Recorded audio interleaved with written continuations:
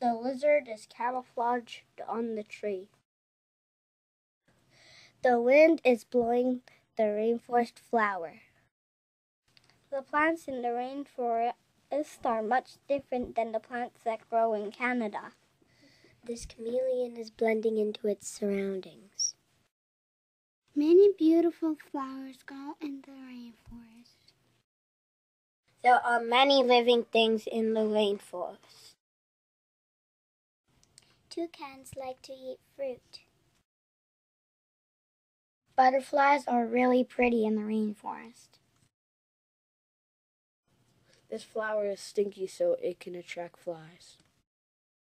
In the rainforest, leaves grow in the understory. It is very humid in the rainforest. Trees are very big in the rainforest. Some leaves in the rainforest are very big. There are many kinds of monkeys that live in the rainforest. Birds in the rainforest have vibrant colors. This monkeys live in the rainforest. The rainforest has lots of vines.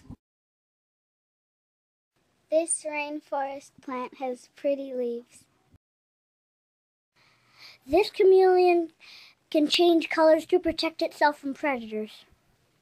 Many kinds of birds live in the rainforest. We hope you learned many things about the rainforest.